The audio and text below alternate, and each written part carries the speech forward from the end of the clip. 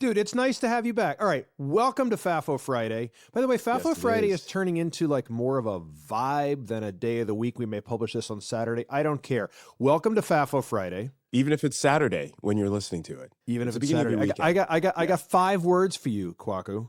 FAFO Fridays are my favorite. Now, why do I care about 5 words this week? Oh, can I raise my hand? Ooh, yeah. I know. Yeah. I know. Yeah. Are we allowed to curse on this podcast? We are allowed never to curse. do. I actually have a couple. This motherfucking podcast won a Webby. That's why you care. I think about that was 5 words. words. I think that was 5 words. This motherfucking podcast. What? No, we won a Webby. Holy crap. Actually, here's one of my. So the Webbies are famous for their 5-word speeches. I get to pitch a 5-word speech, and if I'm lucky enough, I get to give it on stage. On May 11th, there's like a red carpet award show situation in Manhattan. Luckily, I live nearby. So holy fucking shit, we won is sort of my opening gambit, but I think we can do better than that. So maybe we can workshop some 5-word speeches here. We won Best Tech Podcast of 2026. I am stunned by this. I'm very happy. But wow, we've been honored by the Webbies now 4 years. Go on, what? Yes, what? Stop. What? Yeah. I shouldn't Why be stunned. are you stunned? Yeah, see, you already know. You knew what I was going to say to you. Yeah. I was stunned last night when the Knicks lost. Yeah. I was upset. You shouldn't be stunned. Good things sometimes happen to good people. That shouldn't be something that's stunning. If you work hard enough, you believe in it, you put out a good product, but most importantly, I feel like you send out that FAFO army. I love it. You send out that FAFO army and you're like, vote for this. Yeah. It wasn't the votes that did it. The votes it was maybe the karma from the votes. We did not win the popular choice. So the votes went to a competitor. Oh, see, I don't even know how this worked. No. So there's 2 prizes. Break this down. There's 2 prizes. There is what I would consider the more prestigious one, which is what we won, which is the judge's prize. And then there's the popularity contest, which I think is effectively who has the biggest email list and social media presence. So I give that to The Verge. So The Verge won that one. You gave it to The Verge. I gave it to The Verge. Yes. Isn't that kind of me? Isn't that kind of me? Because they said some shit on their show about they wanted to like hurt my feelings. Can we talk about that for a second? What exactly did? No, this is what I'm going to say. Because last time we were talking about this, I was like, "Oh, I'm surprised you'd mention the competitors." You're like, "No, these guys are great." Blah blah blah. I think they're wonderful. And then right afterwards, they came out the side of their neck and they said, "What? What were they saying?" They walked out the bodega. They opened their show. Nile and David. They opened their show with a little riff about how the voting was underway. They need more votes. They're currently winning because they would show the percentages. They were up, but they're like, we're winning, but we're not winning by enough. We want to win so badly it hurts everyone else's feelings. That was the direct quote. And I was like, those are my fucking feelings. Yeah, you know what I call that? It kind of riled me up. It was that day that I kicked the voting campaign into high gear and said, this aggression will not stand, man. You know what I call that? I call that a different kind of FAFO. That's not a future around FAFO. Yeah. Okay, that's a different kind of FAFO. So you don't start none, there won't be none. Okay, there you go. That's right. You won't get Will Smith. Okay. at the Oscars. If you don't keep my name out of your mouth. Oh my goodness. See, truth, I actually love the Verge podcast and I listen to it regularly. Yeah, no, it's a great show. I got no antipathy towards Nile and the Verge. They were fucking around. Neither. They can fuck around. They did, by the way, get the votes. They did not hurt my feelings though. So, well, they're lucky I'm not going to be there on May 11th because I would really show up and show out. And I would say the Verge got FAFO'd. I would wear that shirt to the event. The Verge got FAFO'd. Is that 5? It's kind of depends how you like. Got FAFO'd. Now it's 4. Yeah, you could stutter it and make no, or you could say the Verge really got FAFO'd. Hey, either way. All right. Either way. If you're listening, their podcast is great. I don't know those guys, but their podcast is great. And FAFO. And FAFO. We're not talking about Fridays on that one. All right. So anyway. 5 words. All right. FAFO Fridays are my favorite. Was 1. Future Round and Find Out. You can just go clean with the name of the show. 5 words. No. All right. So what you got? You have one? What else? You got an idea? I gotta get accepted to get in to give the speech on stage. So I gotta record a video of myself. This could be that video. So you have some ideas here? Mm. I got more. Does FAFO count as a word, even though it's an acronym? I'm going to call it a word. Yeah, I think acronyms are a little cheat code. That's my interpretation. FAFO is truly a vibe. Hey, I like that. I'm going to throw that one out there. I like that. We're not offending anybody. We're just letting everybody know the energy that we're bringing into the world. Yeah, I like that. You know, I got the future is fucking with us. Wow, that's a good one. You like that one? That's a good one. Yeah. I got a whole run of the future. So the future needs a word. I wanted the future would like a word. That's more the expression. But the future needs a word. That's a good one. No, that one works on a bunch of levels. The future needs a word. Like the future needs a word with you. Excuse me, sir. Yeah. The I'd like future a word, needs a please. word right now. Yeah. Yes. Just may I speak to the manager, please? Quickly. Yeah. Quickly. Just Okay. as one does. Okay. Yeah. The future need not suck. This is a little darker. More positive would be the future is not written. What's that? No, the future is not written. I feel like that's more, was it hackneyed? A little cliche. Cliche. The future need not suck. I feel like that's aspirational. Yeah. Here's one more. The future could totally rule. That's okay. It's a little Bill and Ted. It's a little Bill and Ted. You know what I mean? It's like you're speaking to the community that I live in. With that, you know, for the West Coast people, you know, this is for the people out in PB right now in the water, you know, getting ready to paddle out. Which one did you like the best? The future is fucking with us? That's the one you liked? The future is fucking with us, or the future needs a word. The future needs a word. All right. For those who are listening right now, who are stomaching all this, I would love your take. So you hit me on social media, drop me an email, dan@futurearound.com. I got to workshop this. I'd love your help. This one is a little more middle schoolish. I'm gonna own it. FAFO all over your face. Okay. I like that. There's a piece here where I do want you to go a little out of character, a little bigger than your normal disposition. Not necessarily Howard Sterny, but a little more Oasis. You know, if you say it enough in this way, either people love it or hate it. Which is not your character, and to be honest, it's not my character either. Yeah, you know, the future needs a word is growing on me. I like that. It's a little more understated. That is a little more your voice, if you will. Mm-hmm. As this is all you can see my notebook here. This is all just me scribbling stuff. I also had fuckity fucking future fuck. That's very middle school. But yet I still feel like that might speak to the audience. Oh, I know we should do. What's this? There should be a prediction market around this. Can we get a prediction market spun up on the 5 words I'm going to say? This is an interesting transition that you're doing right now. I see what you're doing. I see what you're doing. You had a fun week, man. You were at TED. You had a great week too. We won a Webby. You went to TED. So you learned about predictions and why predictions, maybe we shouldn't believe in them so much. Say again, a friend of yours told you there's always going to be one talk that everyone's talking about. And I think you have a beat on what that talk is. So you want to get into it? All right.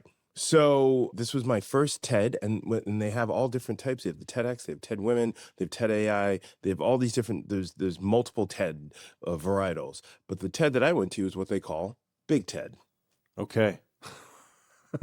Literally. That's Big TED. And so TED is, people know TED Talks, and that's the main part of it. So my good friend Milton, who used to work there, and when I found out I was going, I was like, hey, what can you tell me about it? What should I know? He gave me the best advice. He said, every TED conference, you're going to sit in the room and you're going to be like, that's the talk. That is the talk that people are going to leave talking about. This is the one that's going to go viral online. This one is going to be great. So along those lines, the first night we were there, or the first day of the conference, they only had one group of talks and everybody goes to it and they have everybody, talking. Malala spoke, Jacob Collier performed and he spoke. And then they had a choir singing Purple Rain on the steps. That's what I'm saying. They blew everything out and they had all this food and blah, blah, blah and whatever. And so I was out by the food trucks and I was introduced to this woman. She's like, yeah, I'm talking tomorrow. I'm really nervous. And I'm like, oh, what are you be nervous about? You're here. You were invited to speak. It is very hard to get on that Big TED stage. You got to go through a lot of hoops. I've heard the Kwaku "You Got This" speech. I'm sure you gave a great one. Not speech is a strong word, but the you got this You got this. I can picture how that conversation went, and I know that she felt better afterwards. So I don't know if I mean, her content was great. And the reason I'm winding this long story is this woman, Carissa Véliz, her talk is one of those talks. And her talk is online now. Her talk was amazing. And the reason I know her talk was amazing, because prior to her talk, she was nervous and she was kind of off in a corner, you know what I mean? And pretty low key. And then after her talk, which is on day 2, I couldn't, it was hard for me to get 10 minutes with this woman because she was mobbed constantly. So get into it. So what was it that struck you? Like, why is it the talk? I sent you the talk last night. How would you summarize? I will talk about what really moved me, but in the spirit of this being a conversation and not Kwaku's TED Talk. Mm-hmm. Thank you, thank you for coming to my TED Talk.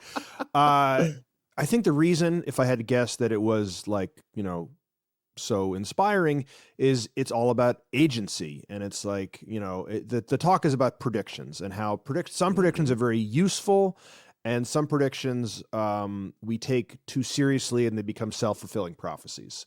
And so a weather prediction, like the weather, this is a direct quote from her, basically, like the weather does not listen to the predictions. The weather is just going to do what it does. It's going to be the weather, right? So those are very useful predictions. Is it going to rain? Is very useful. It doesn't affect whether it rains or not. However, her contention was that many other predictions are actually more what we want to happen than what we predict will happen. So you really need to question someone's motives when they make a prediction, or you need to be very careful of algorithms that predict, this person is uninsurable for this reason, and then therefore you don't give them insurance, and therefore they're uninsurable because you've decided that they're uninsurable. And so it's like honestly, I was thinking a little bit about Minority Report when I was watching her talk. Right, you had the precogs, and they're predicting, right, like who's gonna do a murder, right, and so then they go arrest the person in the movie, like who's just to like make it really like that my lizard brain went to like a Hollywood movie, but the whole story of that movie, spoiler alert, is the future is not written, back to that 5-word speech I just gave. And so Tom Cruise, sort of disproves the prediction value of the precogs and that thing. So that's basically what she's saying, is like the future is not written, and we should be very, very careful of taking these predictions too seriously and relying on them too much. She had this one line that I absolutely loved: social predictions tell us how to act. So it's tied to your Minority Report piece. The idea, like the thing you were saying about predictions about weather don't influence the weather, but predictions about people do influence people, at least how we react to them. I think she did an amazing job of grounding a talk about AI through society and the way that we respond and interact with technology and AI. Because I just wrote down a bunch of quotes. Prophets gain their power by people believing in them. Prophets gain their power by people believing in them.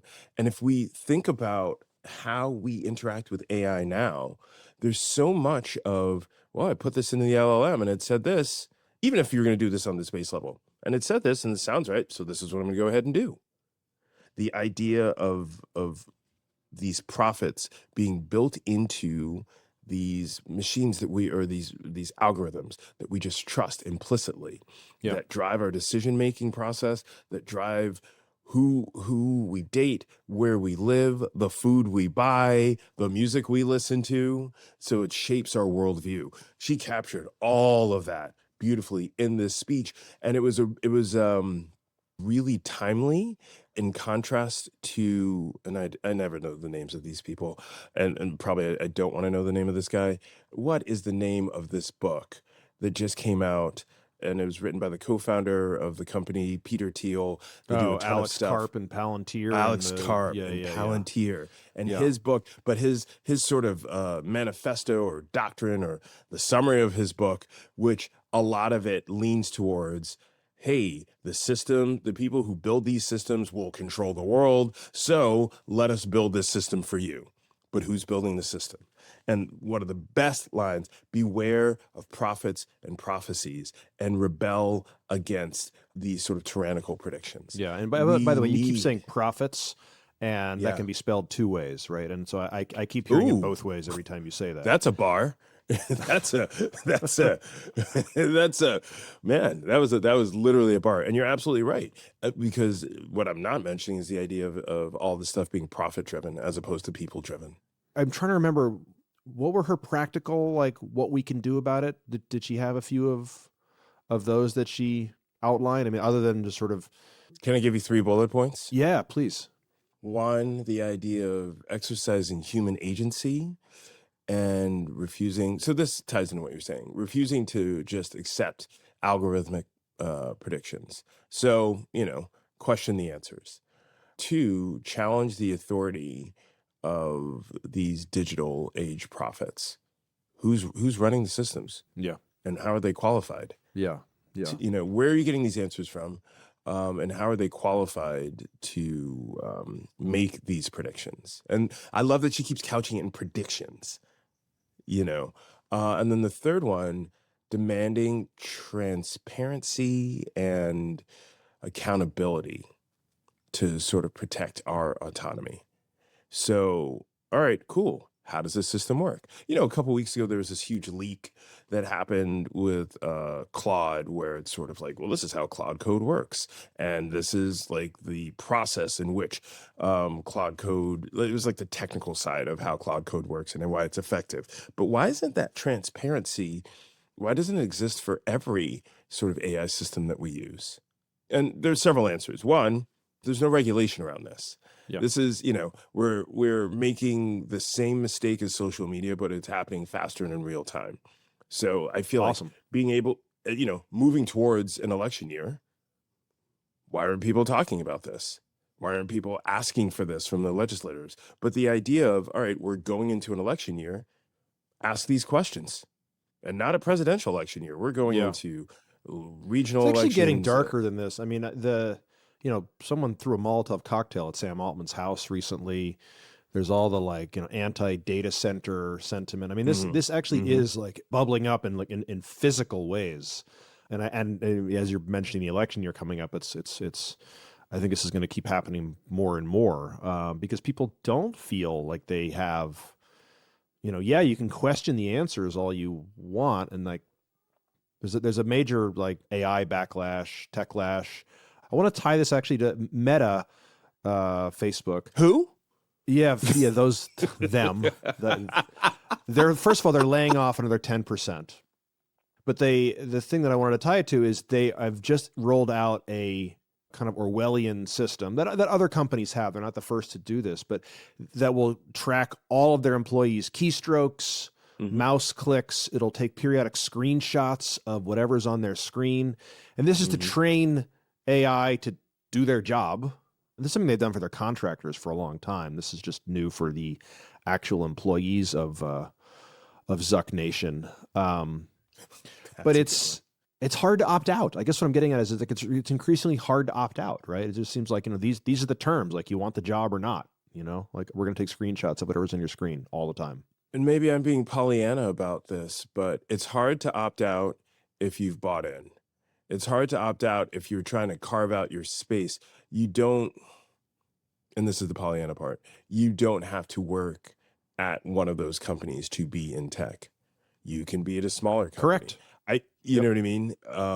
And, all right, well, they're the one, death row's the label that pays me. You know what I mean? They're the ones who are providing me the income, but your knowledge is providing the resource.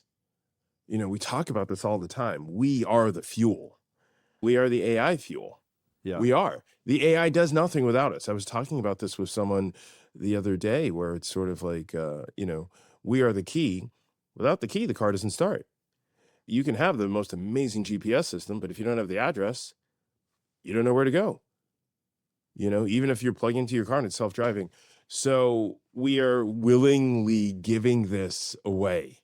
We're willingly giving away our reactions, our agencies, our brilliance.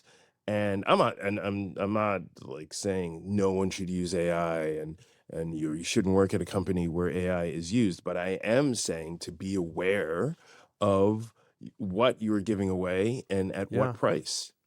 Yeah, 100%. I mean, I still have this voice in my head when I interact with AI and talk about business or personal matters. I only, by the way, recently realized there is an incognito mode in Claude. I don't know about the other LLMs. Like I agree with everything you said, and it's also really hard. And I think the physical, violent manifestations of anti-AI are going to keep happening because people are feeling like they don't have power. Well, I was going to say, you're talking about the incognito mode. Like, I finally, I was using Claude through another program, but I finally was like, all right, I'm not paying OpenAI anymore. I'm going to pay Claude. I'm going to get a Claude account. And as I was setting it up, I was like, I don't think there's such incredible good guys, by the way. Like we talk. I don't think there is either. You know, yeah, I don't think there is either. So to that point, when you're setting up your Claude account, it asks you your name and blah, blah, blah. I'm like, I'm not putting in my name. So what I put in my name is my man. Yeah. I put in my man. So every time Claude addresses me, it's like, my man. Does it clap you on the shoulder as it says it? It daps me up. My man. I thought you'd appreciate that. I do. So every response I get back is like, my man, you should do this. It would have been funny if you put in bro. Yeah, I'm sure some people put that in. I was a step away from that. Away from that. I wanted more of a barbershop relationship. Like, my man, is this the one? I would have gone New York with that. Now you're a boss. I would go boss. Boss would work too. Yeah. So I feel like boss, that should be if you're going to rename yourself in your LLM, how did your LLM address you? Because, and the reason I did this is I wanted it to not feel as personalized, because you'd always talk about like, hey, Dan, you should be doing this, which makes full circle, makes it easier to listen, to believe, and then to also freely give your thought process away. I remember this was really early days of ChatGPT. Simon Willison, who's like a well-known tech blogger, I think I heard him on a podcast talking about how he was configuring his sort of personal agent, and he didn't want to fall in rapture, thinking he was talking to a human. So he's like, you are an expert in, I don't know, whatever computer language he needed help with that day or whatever it was, but you're also a circus bear. And I want you to every now and then tell me about what it's like being a circus bear. It was something like that. So it would answer his questions. And it'd be also, by the way, if you really want to balance on a, bouncy ball, you've got to keep your weight and moving. I love it's like those genius chimps or genius dogs where it's they're sharing knowledge. And it's like car. Right. So, he was just every now and then I want you to pepper in something from your life as a circus bear or something like that. I absolutely love this.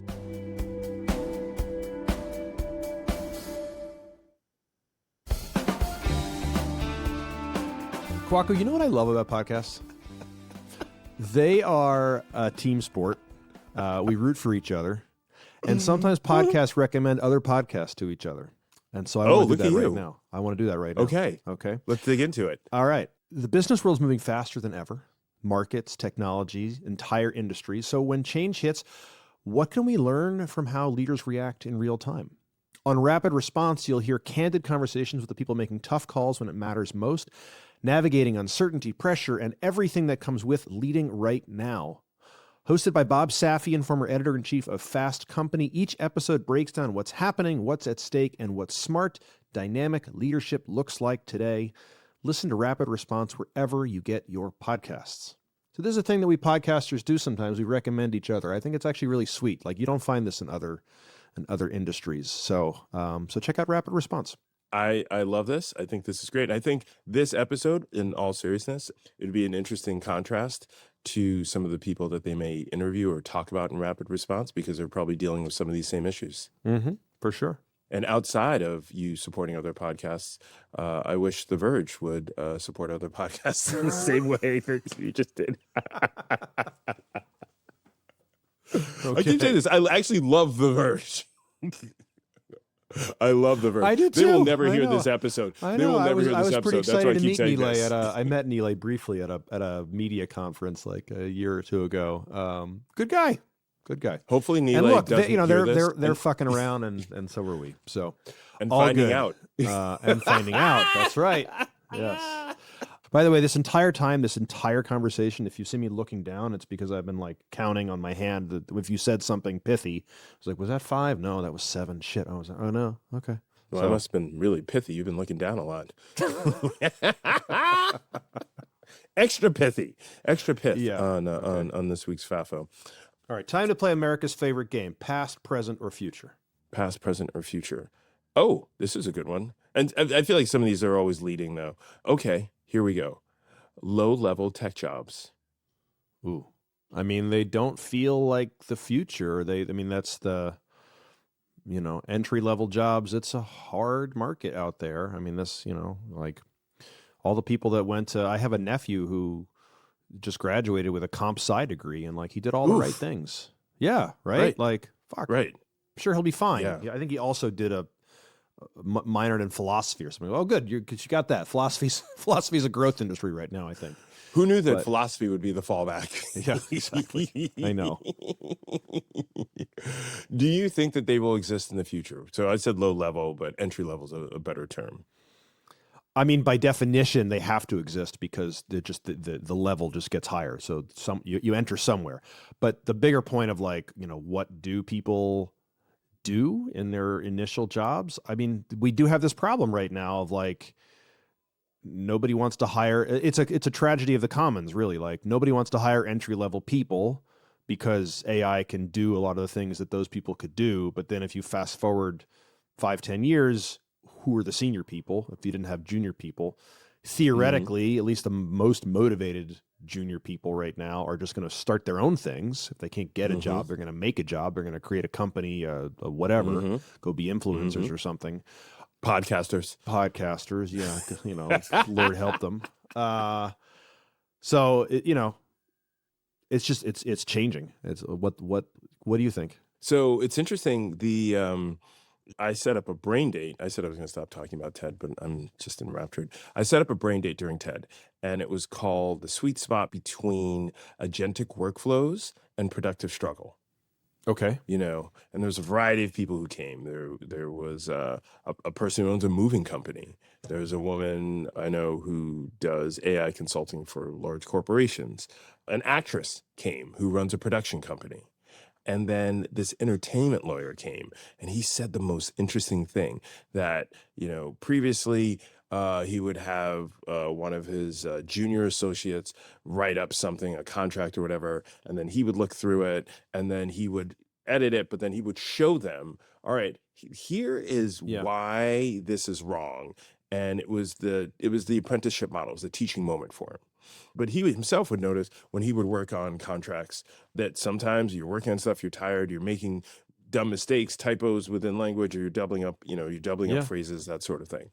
And so years ago, he was introduced to some AI software, and it was basically mid, as the kids would say. It was just okay. And that he'd seen an updated version of it recently, and he started using it, and it was amazing. And that he realized, oh, I don't have to have these other people write this. I can put in what I need, and what it comes out with is great. So the question I asked him was like, all right, well then, how do you train your future attorneys? And it was something that he couldn't really answer. So I thought, how do you develop the next senior group of people who will eventually take over businesses? I don't know. I mean, it's a real issue. It's especially an issue. I mean, legal is a good example. I think, software coding is a really good example. That same moment would happen through a code review or through physically sitting next to, a senior developer. I interviewed Paul Ford, was on the show this week, one of my favorite tech writers. And we talked a little bit about this actually. And he said, if you were early in your career right now, like what he would say, don't work from home. Like you need to be around people, find a way to be around people. That was one of the things that he said, but it's really tricky. Mm-hmm. Yeah. All right. Past, present, or future AI driven decision making.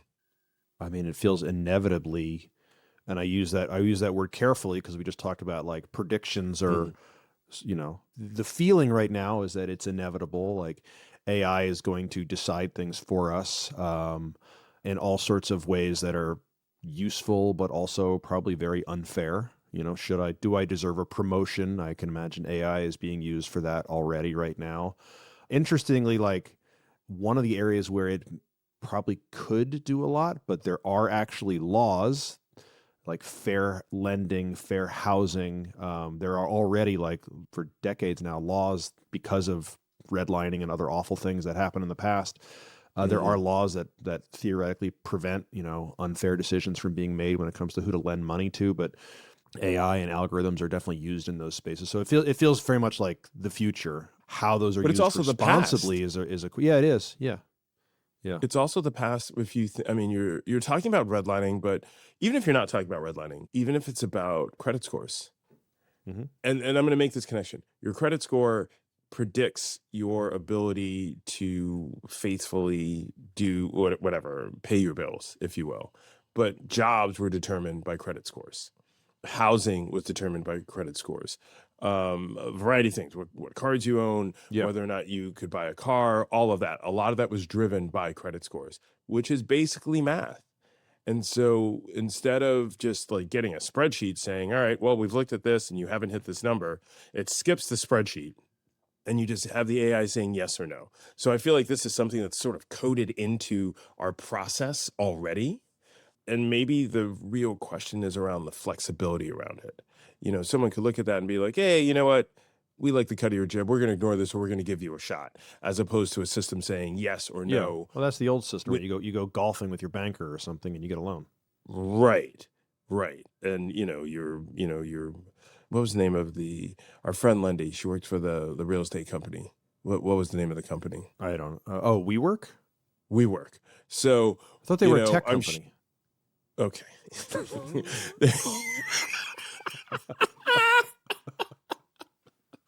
Sorry. Exactly. But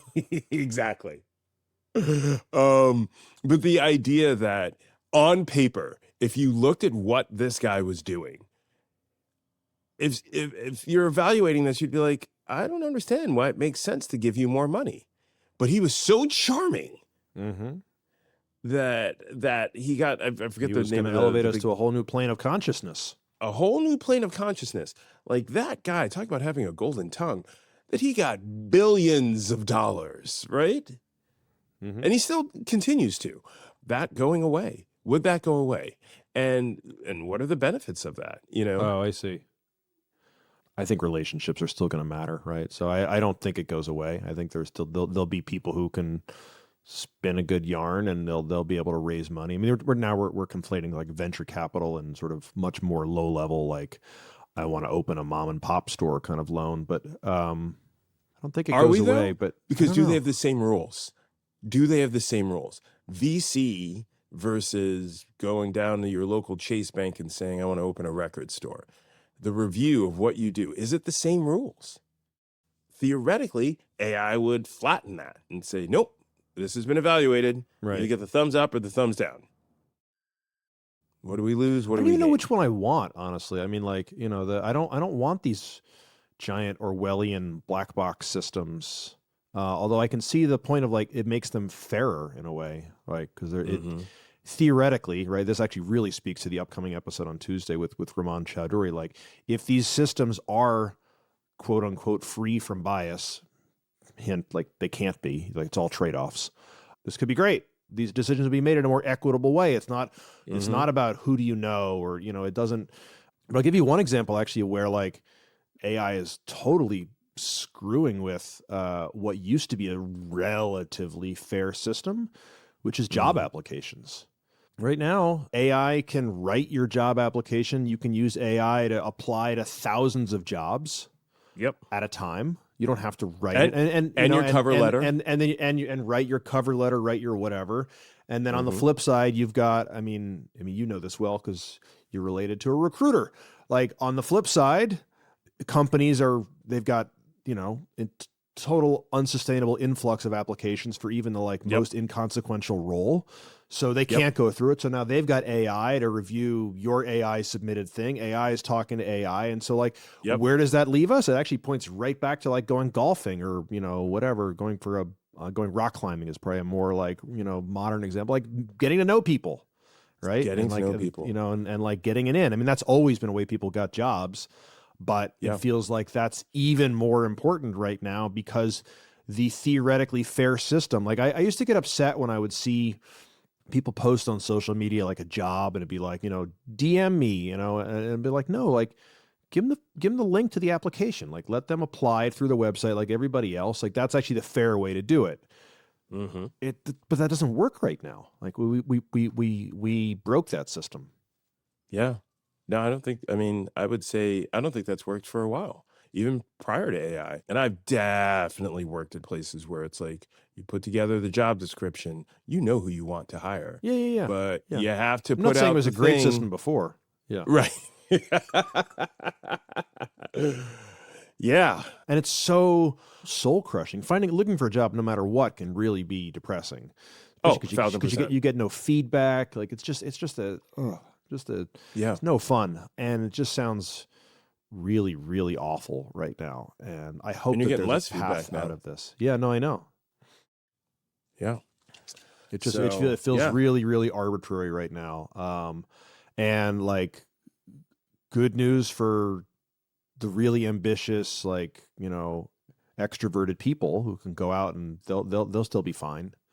But not everyone is wired to like that way. And not every job requires that kind of charisma. Like that's I don't know what the answer here is. Can you imagine working at a place with all those people? Nothing would get done. Everyone's hanging out. Everyone's having a good time. What'd you do this weekend? You're amazing. Right. We need more grunts. Yeah. Not grunts, but you need the people who are like, all right, my cup is full. Let me sit in a quiet room and make sure that my portion of this gets done. And let me model for the other people. Like, oh, right. Man, Well, we're all should just probably be AI working. agent orchestrators at this point, right? That's theoretically the future. We have a bunch of like mini me's running around, and we check in on them from time to time, and like tend to their garden. So, yeah, you've just really described how that company would work then, because it's like you're creating all of your agentic agents to do that work, and then you're just hanging out, and then you're checking in, and then you're going out and charming other people. Sounds like oof. It's still, and as someone who other people call an extrovert, it still feels like it'd be annoying. It's just like working in an office with a bunch of David Lee Roths. You know what I mean? I need a bit of a shy genius. Okay, shy genius. Yeah. Let's wrap it up there. Happy FAFO Friday. Happy FAFO, whatever sir. day of the week it is you are listening to this. Send in your 5-word speech suggestions. I would love everyone's input. Let's just have some fun with this. Basically, let's just 5 words. No, that was not. Nope. Nope. Send in your 5. No. No. Oh, actually, send in your 5 words. See you next week. No. No. Yeah. Wow. I thought you were going to say something else. All right. With that being said, Okay. Let's just leave that hovering, just whatever gonna it leave was. that. You're going to listen to this later on and be like, oh. Okay. Anyway, futurearound.com is the website. Please, actually, one more request for those still listening. Tell a friend about the show. The show needs to grow. And that is how podcasts grow. Any podcast, they grow when a friend tells a friend. So just pick one person, send them a DM. I really appreciate it. Future Around and Find Out. 5 words. Bam.